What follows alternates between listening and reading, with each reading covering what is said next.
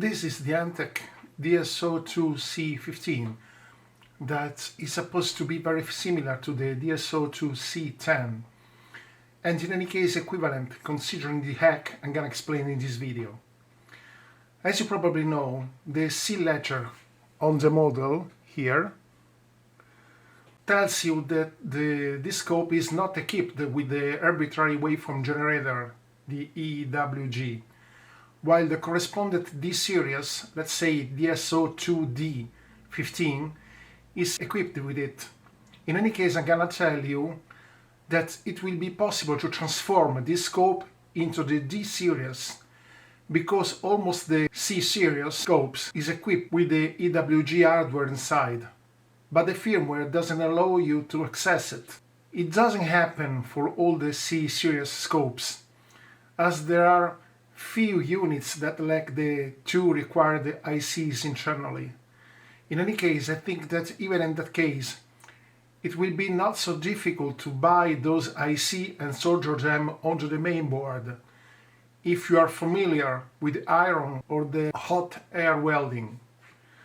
Unfortunately, in that case, you will have to spend some more bucks, because those components are not cheap, as they could be considered high performance, very high quality ICs. Starting from the point that the waveform are created by the main CPU of the scope, the only two ICs to be bought are the DAC digital converter IC, that in this model DIC 902E, and the top quality ultra low distortion wideband operational amplifier LMH6702MA. Those C series not equipped with the ICs are quite rare as far as I know. In any case, you might verify the presence of these two ICs disassembling the scope, and it will take no more than 5 or 10 minutes, and I'm gonna explain you how to do it later in this video. Okay, taking apart the hardware, the only thing that you will have to do is to install the new firmware, the firmware of the D series, that will enable the scope's main microcontroller to create the waveforms, and that's it, nothing more. Taking apart the new functionality that you will obtain in your scope, you could want to change the name of the scope in the utility menu, like this, system info. Okay, following the procedure I am explaining in this video, the hack that I am going to explain in details, you will change this name in this screen too, so the only thing that will remain as evidence of the original DSO2C model will be the sticker at the top of the chassis. In any case, it's more than enough that I am able to use the internal AWG, even if I already own a Tektronix and the JunkTech 80 MHz AWG. This one, connected to the scope right now. That's okay. The first thing to do is to disassemble the scope in order to look inside it. We will have to check if the two ICs are already present or not.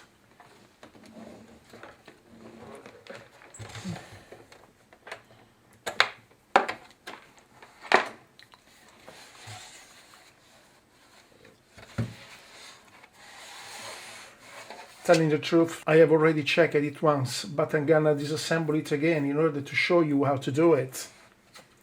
You will need a Phillips screwdriver, and it's much better if you own a magnetized one, because it will simplify the reassembling a lot. So let's remove these 4 screws. 1, 2,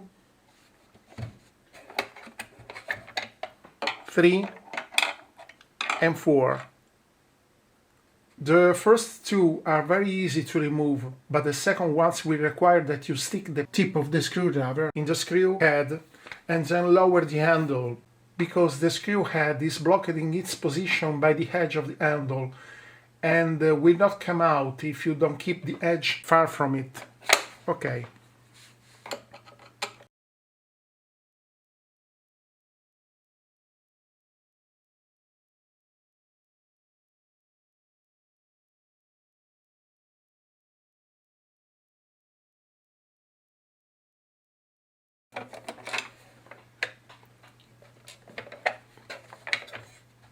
This is the first screw.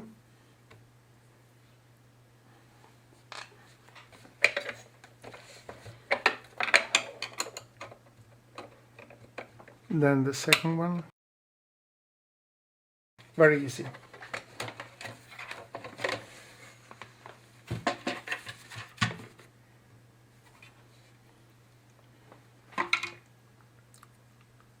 The other two lower screws.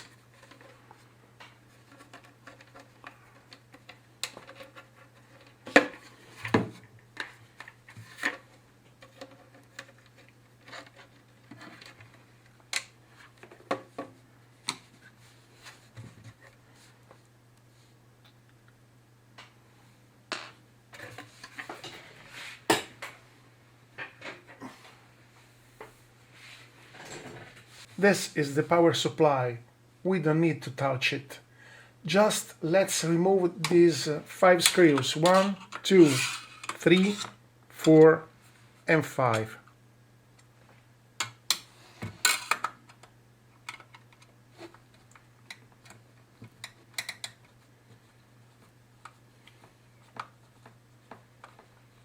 And remove the lower part of the shield.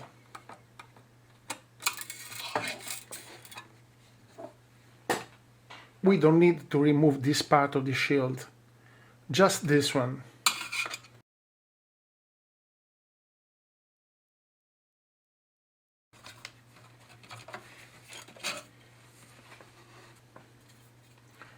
Okay, done. We will have to look for 2 ICs. They are named U18 and U35. They are the jack and the operational amplifier, as I stated before. They will have some small SMG passive components around that provide adjustments, power supply and filtering. As far as I know, there are 2 different layouts, so maybe that your 2 ICs are located in different places on the PCB. In any case, just look for their PCB name. In this case, let's zoom a little bit.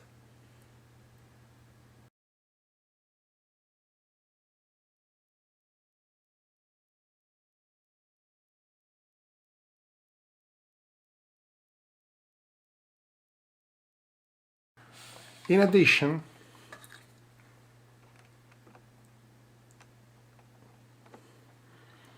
you should check for this relay. This relay is the relay that switches the AWG when you push the button, and is located very close to the connector, to the AWG connector here. That's it.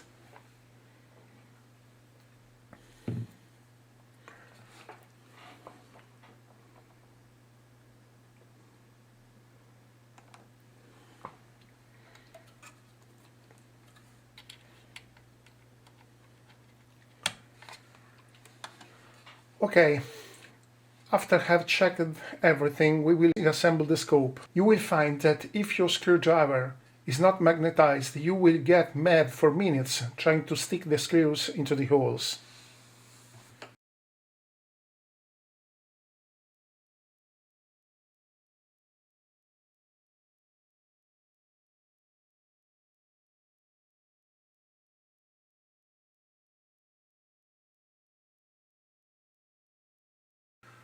Here we are.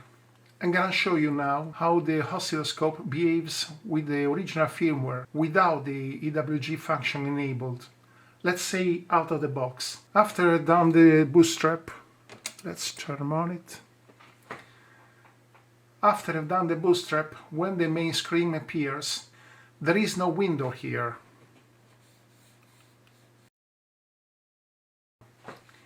In the D models equipped with the AWG function, it appears here a third window showing the parameters of the waveform generator.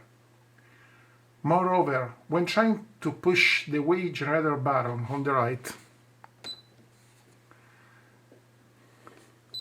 signal source not supported. it happens nothing else than a warning message on the screen that highlights how the waveform generator doesn't exist in the oscilloscope. Selecting system information from the utility menu, okay, some data appear concerning model and hardware software configuration.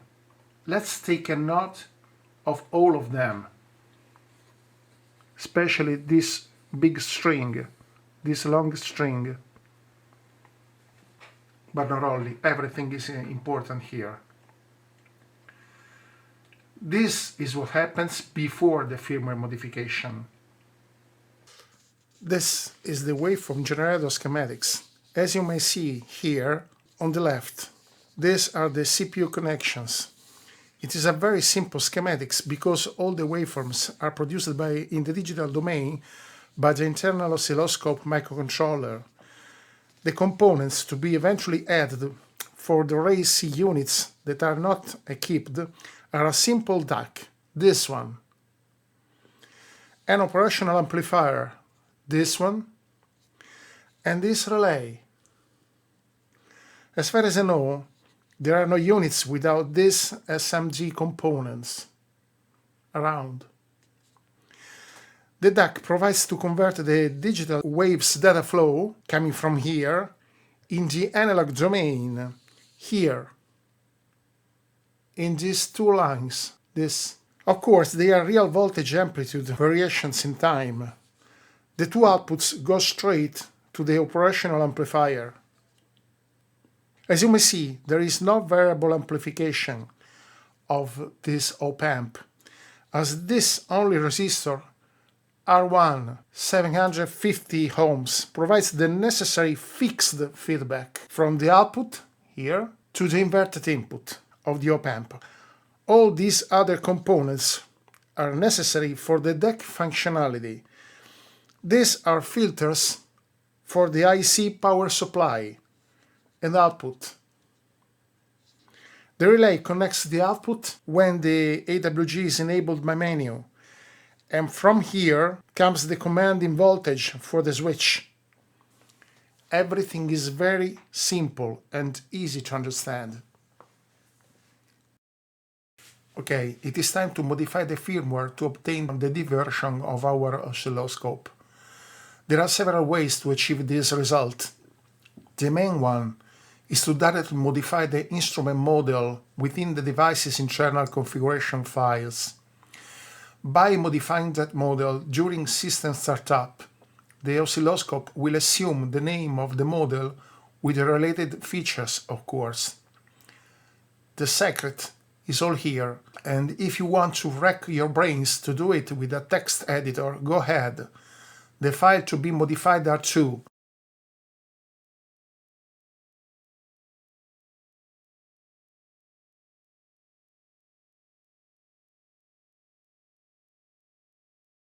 But you should know that there is a very smart guy whose nickname is David Alpha in EEV blog forum, who has done it all by creating an extremely simplified procedure. Just launch a little program and this will solve everything, modifying the appropriate strings where necessary. At the end of the program, whose run lasts a few seconds, you will have obtained the oscilloscope completely updated in D version, with the function generator active and the D acronym DSO2D10 or 15 in the system info menu. The hardware version, that long string visible in system info, will also be updated. Before doing this, it would be much better to make a complete backup of all the firmware. Also, after having obtained the function generator, it would be good to be able to calibrate it.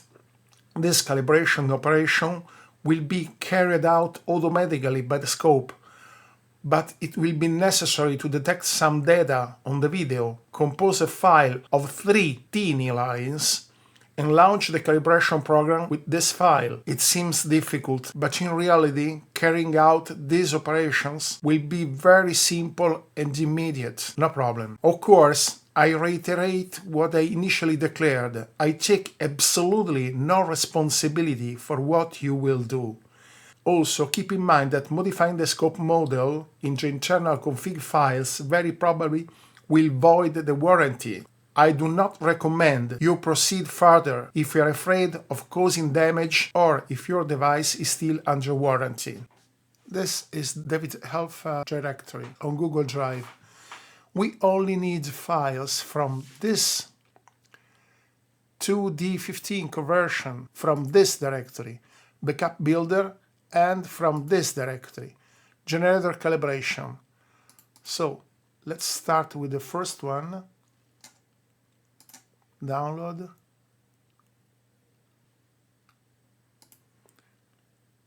From this directory, download, and from this directory, generator calibration.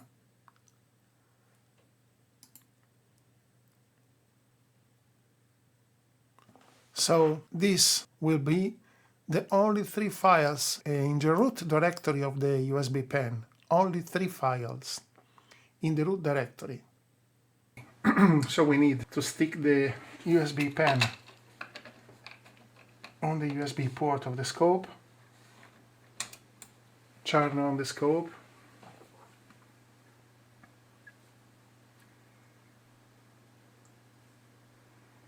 and first of all we need to back up everything of the firmware and the EEPROM of the scope, everything.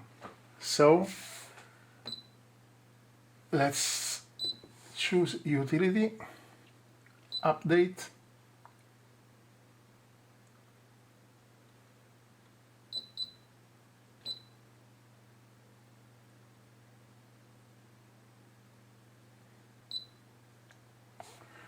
so we will run backup builder, this file, backup builder.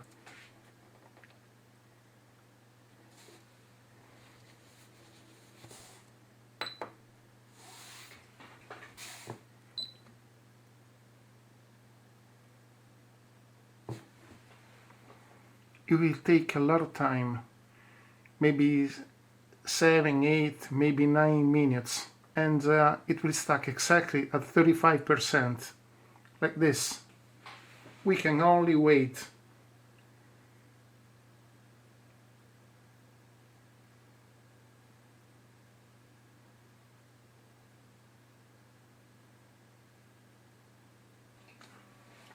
Okay, at this point, to flash the oscilloscope to change the firmware inside.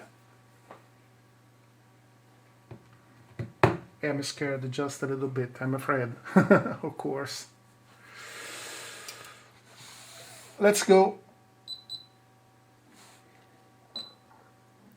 Okay, it's connected, the firmware.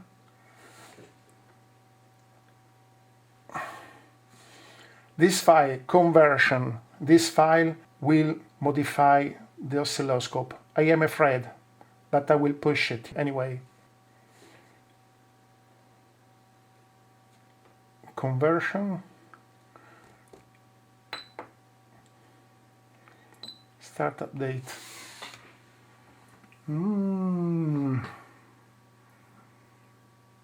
Something happened for sure. Oh, it is starting. What will happen? Have I damaged the oscilloscope? Oh, ta-da! Something happened. Oh, look! The third window. The third window with the generator parameters. Oh.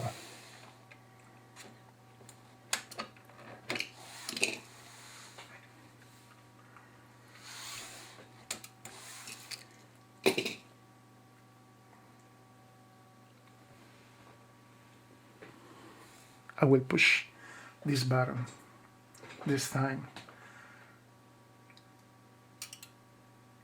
Oh.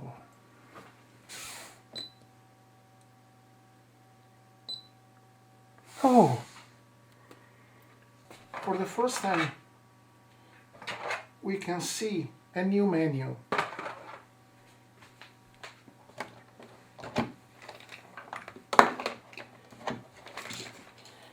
So let's use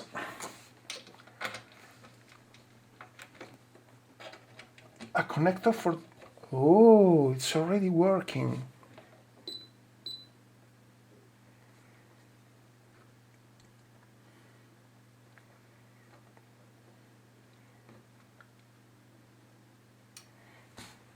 Huh. That's incredible. Sign. Square. Oh.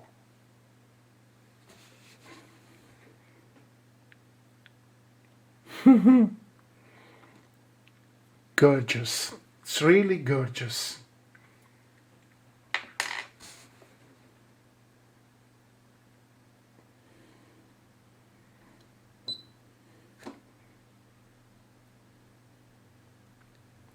Please download what?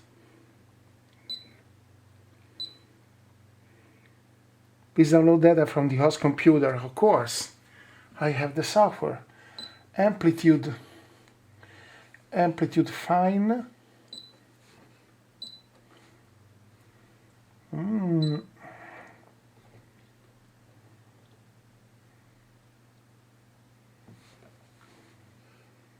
Let's choose, for example, 700 millivolt.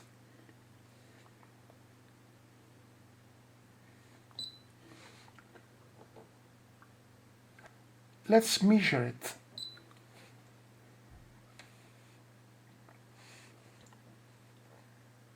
It's very accurate. I mean, we will have to calibrate everything, but this value, it's almost the same. I've chosen 700 millivolts on the generator. It seems that everything is working perfectly. I am so satisfied. Okay, at this point we need to calibrate the waveform generator. So we need first of all to measure, to create a sine wave and to measure it with the oscilloscope. Okay, so sine 1 kilohertz, it is good. We need 1 kilohertz. 700 millivolt. 700 millivolt is perfect. Okay, and then measure it. We will have to take note of two parameters, Vmin and Vmax. Vmin minus 352, Vmax 356, let's say 356. Let's take note of this. Okay, we will have to create a file right now with all these parameters, and then to put it on the USB pen and to flash it inside the oscilloscope. The file that will contain the calibration data will automatically calibrate the oscilloscope. The first thing that you have to do in order to calibrate the oscilloscope is to delete the previous data, and it is done simply running the calibration program, the calibration APK, without any file, before to store the calibration file on the pen.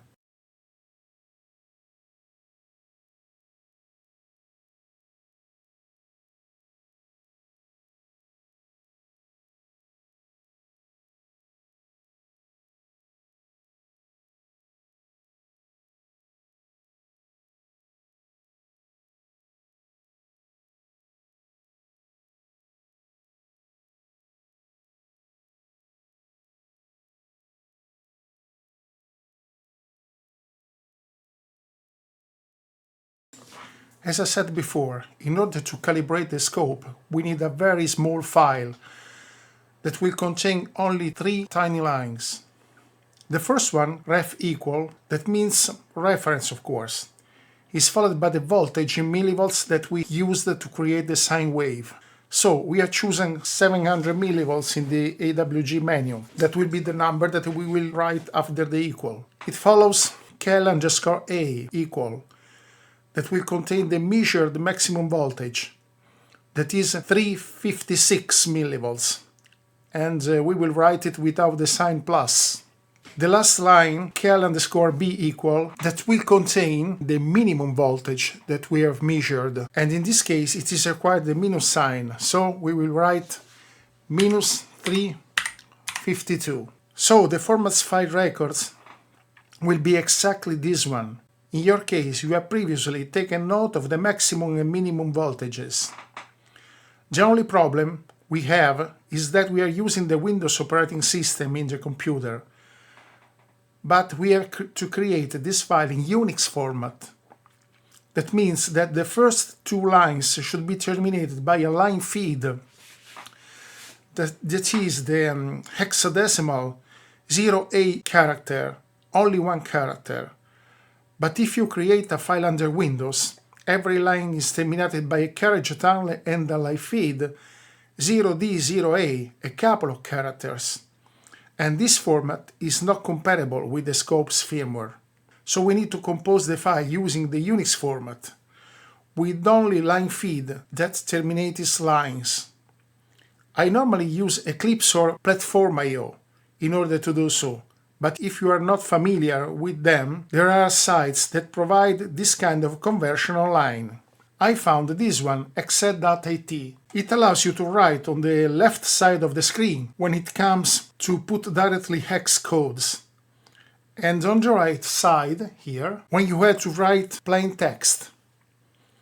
After I compose the file, just press export or save, in this case esporta, here, and choose a directory on the PC. I have just chosen the USB pen in order to write directly the file on the root directory, making it ready to be loaded by the scope. Remember that the file should be present in the same directory of the DSO3KB underscore calibrate underscore gen.upk. That is the file that we will launch on the scope in order to calibrate a waveform generator. The same directory, that means the root in our case. After that, we will just need to stick the USB pen on the scope, turn it on, run update from utility menu once again, and launch the DSO3KB calibrate gen UPK. The scope will run it, will find this small calibration file, and will load its values in the firmware, calibrating the waveform generator automatically. That's all. Okay, in my case, I'm going to compose the file. Here, I write in uppercase, ref equal 700. Here, 0A. Then, come here again, cal_a equal 356. These are the values I measured on my scope. You will put the values that you have measured on your scope, of course. Let's go here again, 0A, and then here again, cal_b equal minus 352. That's it. Export. Here, cal values in lowercase, cal_values, save. Okay, done. So, for the last time, we will stick the USB pen here on the oscilloscope. Okay, we will have to turn on again the oscilloscope with the USB pen containing the calibration data in that file. So I have already disconnected everything here in order to avoid any interference. So let's turn on the scope.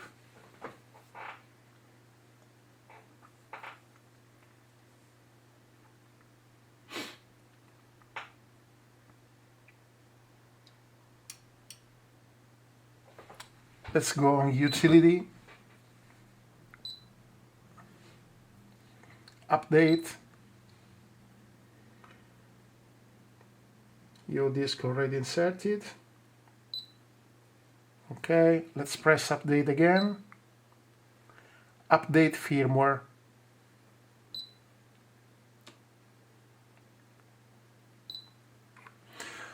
Okay, the file is in the same directory, but we cannot see it because it has no extension. We will have to run again calibrate.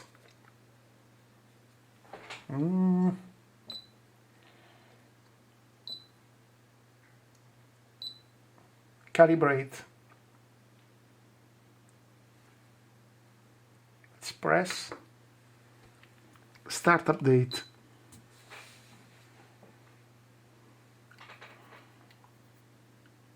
Okay, it has calibrated. Let's see what happens after the calibration.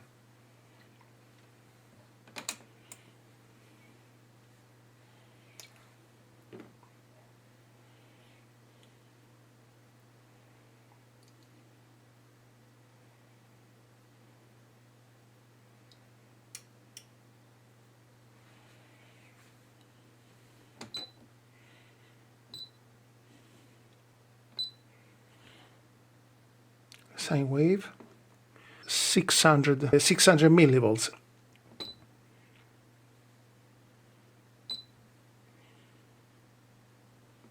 Perfect. Almost perfect. 4 millivolts. The error is 4 millivolts, around 4 millivolts.